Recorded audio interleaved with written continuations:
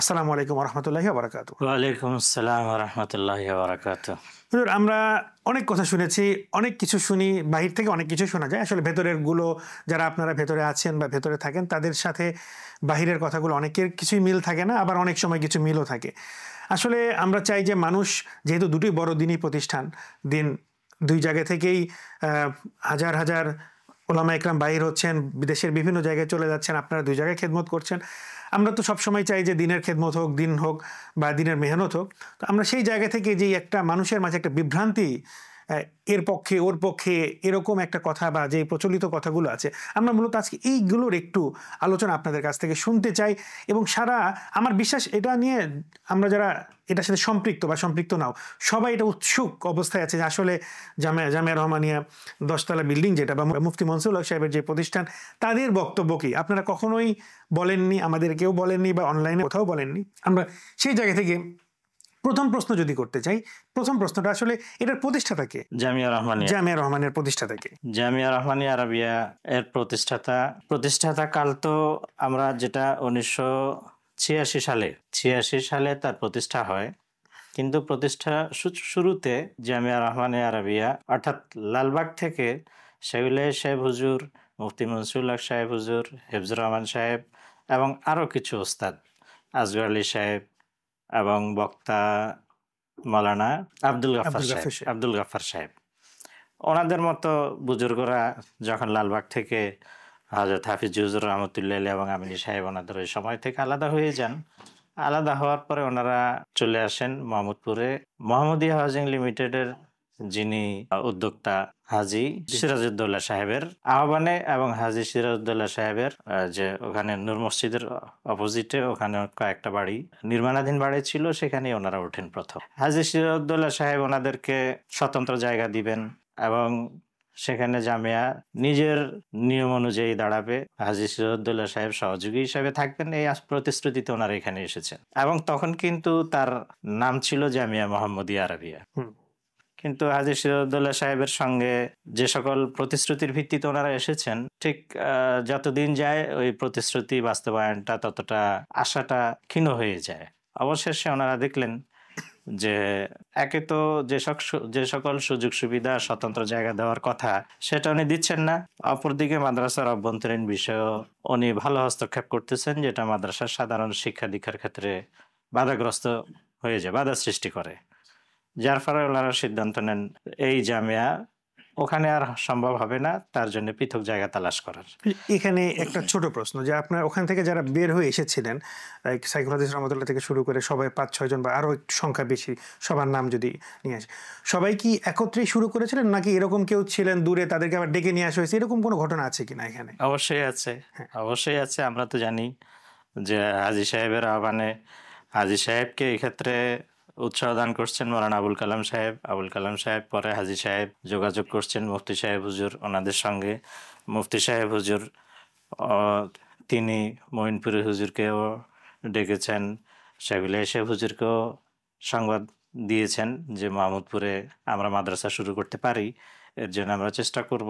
আমরা যতটুকু শুনেছি আমাদের মুরব্বীদের মুখ থেকে, এমনকি যাদেরকে প্রতিনিধি হিসাবে দূত হিসাবে মুফতি সাহেব হুজুর সেগুলো সাহেব হুজুর কাছে পাঠিয়েছেন, এনারা এখনো আছেন। এর মধ্যে সেদিনও একজন বলে গেলেন, মাওলানা নিয়ামতুল্লাহ আল ফরিদি সাহেব গিয়েছেন, মুফতি সাহেব হুজুর পাঠিয়েছেন। তারপরে আমাদের মাওলানা আব্দুল কাইম আল মাসুদ সাহেব, যিনি আমাদের এখানে একজন মুহাদ্দিস, তিনিও ছিলেন। এবং ধানমন্ডি ১৫ নম্বর ঈদগাহ মসজিদের খতিব মাওলানা মুনাওয়ার সাহেব, যিনি ইন্তেকাল করে গেছেন গত বছর, ওনাদেরকে দিয়ে মুফতি সাহেব হুজুর সেগুলো সাহেবকে মোহাম্মদপুরে আসার জন্য অনুরোধ করেন। তখন সম্ভবত উনি আজিমপুরে থাকতেন। আজিমপুরে তো হুজুরের বাসা ছিল। তো একাধিকবার অনুরোধের পরে আশ্বস্ত করার পরে হুজুর এসে যোগদান করেন, আশ্বস্ত হন, সেইভাবে শুরু হয়। হুজুর মুরব্বী ছিলেন, এর মধ্যে তার কোনো প্রশ্ন নাই। তো হুজুরকে নিয়ে ওনারা শুরু করেন। তো মোহাম্মদিয়া থেকে ওনাদের যখন অন্যত্র যাওয়ার প্রয়োজন দেখা দিল, তখনও আবার জায়গা তালাশ করার ক্ষেত্রে আমরা যতটুকু জানি আমাদের সেই মাওলানা আব্দুল কাইম আল মাসুদ সাহেব এবং ওনাদেরকেই মুফতি সাহেব হুজুরের দিক সেদিক তালাশের জন্য পাঠাইলেন। ঘটনাক্রমে সেখানে ওনারা এসে সাত মসজিদের পাশের এই জায়গাটা দেখলেন। হাজী নূর হোসেন সাহেব তখন এখানে আলী নূর রিয়েল এস্টেট নাম করে এখানে প্লট বিক্রি করতেছিলেন। ওনার সঙ্গে ওনাদের দেখা হয়। এর মধ্যে আরেকটা ঘটনা ঘটে যে হাজী নূর হোসেন সাহেব এবং মোহাম্মদ আলী সাহেব, এনাদের দুইজনের পীর সাহেব ছিলেন নুরুদ্দিন গওহরপুরী সাহেব হুজুর। গওহরপুরী সাহেব হুজুর স্বপ্নে দেখলেন যে সাত মসজিদের এই পাশে অনেক টুপিওয়ালা ঘোরাফেরা করতেছে, যার ফলে গওহরপুরী সাহেব পৃথকভাবে ওনার দুই মুরিদকে বলে রাখছেন যে এই জায়গাটাতে আমি এরকম দেখলাম, তোমরা এই জায়গাটা মাদ্রাসা করো। একদিকে মাদ্রাসার জায়গার তালাশ, অপরদিকে ওনাদের মুর্শিদের এই ধরনের স্বপ্ন, এই দুইটা মিলে ওনারা রাজি হয়ে যান যে এখানে মাদ্রাসা করবেন এবং জায়গা ওয়াকফ করবেন।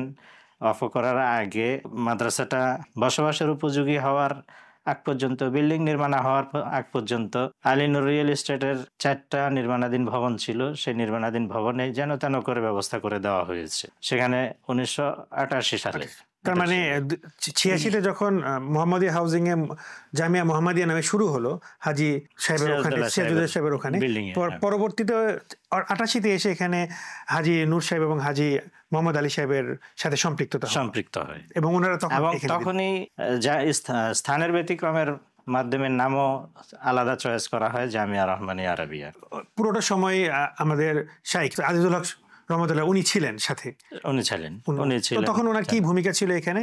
আমরা যতটুকু জানি যে মুফতি সাহেব খুব ইয়াং ছিলেন ওই সময়, বয়স যুবক ছিল, উনি খুব সাংগঠনিক, যেটাকে বুঝায় যে খুব দৌড়ঝাঁপ করা বা কাজগুলোকে করা, আঞ্জাম দেওয়া, এগুলো কর্মচঞ্চল ছিলেন। জি জি, আমরা যতটুকু জানি যে হাজী জামিয়া রহমানিয়ার যে পরবর্তীতে যে রেজিস্ট্রেড কমিটি গঠনতন্ত্র অনুযায়ী, সেই কমিটির যিনি সভাপতি তথা নুরানি ওয়াকফ স্টেটের জনাব মরহুম মোতাওয়াল্লি ইঞ্জিনিয়ার আব্দুল মালিক সাহেব, সেই ইঞ্জিনিয়ার আব্দুল মালিক সাহেব মোহাম্মদিয়া থেকেই যুক্ত ছিলেন এবং সেই সূত্রে যখন ইনারা চলে আসলেন, ইঞ্জিনিয়ার আব্দুল মালিক সাহেব এবং লালবাগ মাদ্রাসা থেকে যখন আসেন, লালবাগ মাদ্রাসা যখন ছিল তখন লালবাগ মাদ্রাসায় একজন কমিটির গুরুত্বপূর্ণ সদস্য ছিলেন হাজী আলহাজ আহমদ ফজলুর রহমান রাজা মিয়া সাহেব। তো রাজা মিয়া সাহেবরা আমাদের এই মুরব্বীদের সঙ্গে ছিলেন। সেই হিসাবে ওনারা যখন জামিয়া রহমানিয়া নামে এই প্রতিষ্ঠান সাত মসজিদের এখানে পাশে করবেন এটা সিদ্ধান্ত নিলেন, তখন ওনারা ওনাদের মতো করে একটা গঠনতন্ত্র তৈরি করলেন। সেই গঠনতন্ত্রে কমিটির একটা রূপরেখা দাঁড় করানো হলো, কারা প্রতিষ্ঠাতা হবেন সেই বিষয়গুলো আসছে এবং সেগুলো 1988 সালেই জয়েন্ট স্টক কোম্পানি থেকে সেটাকে আবার ওনারা রেজিস্ট্রি করে নেন। আচ্ছা, এই যে সংঘ স্মারক, এটা 1988 সনের 2রা অক্টোবর 1988। এই যে গঠনতন্ত্র ওনারা তৈরি করেন, আমরা জানি, যতটুকু জানতে পারছি, এই গঠনতন্ত্র সেগুলো সাহেব হুজুর তৈরি করিয়েছেন খেলাফত মজলিসের তখনকার সময়ের নায়েবে আমির মাওলানা ইসহাক সাহেবকে দিয়ে। ইসহাক সাহেব একজন রাজনৈতিক ব্যক্তিত্ব ছিলেন, একটা সময় ক্যাবিনেট মন্ত্রী হিসেবেও দায়িত্ব পালন করেছেন এবং সম্ভবত এক আলিয়া মাদ্রাসার শিক্ষকতা কিংবা অধ্যক্ষের পদে উনি ছিলেন। তো তিনি খসড়া করেছেন, যার পর সেটাকে রেজিস্ট্রেশন করে নেওয়া হয়। সেই গঠনতন্ত্রের মধ্যে যে কমিটির রূপরেখা এখানে দাঁড় করানো হয়েছিল, কমিটির সদস্য এখানে ছিলেন 10 জন। এই 10 জন কমিটি ছিলেন। এই 10 জন কি প্রথম কমিটি মেম্বার? আমাদের দলিল দস্তাবেজ, আমরা কাগজপত্র যতটুকু পাই ডকুমেন্টে আমরা দেখতেছি এই 10 জন প্রথম কমিটি মেম্বার এবং ওনারাই প্রতিষ্ঠাতা হিসেবে। এখানে গঠনতন্ত্রেই ওনাদের যে উপরে লেখা আছে, আমরা নিম্ন স্বাক্ষরকারীগণ অত্র সংঘ স্মারকের আলোকে জামিয়া রহমানিয়া আরাবিয়া মাদ্রাসার প্রতিষ্ঠা ও পরিচালনার্থে স্বীকৃত হইয়া অত্র সংঘ স্মারকে স্বাক্ষর করিলাম। সেখানে 10 জনের নাম আছে।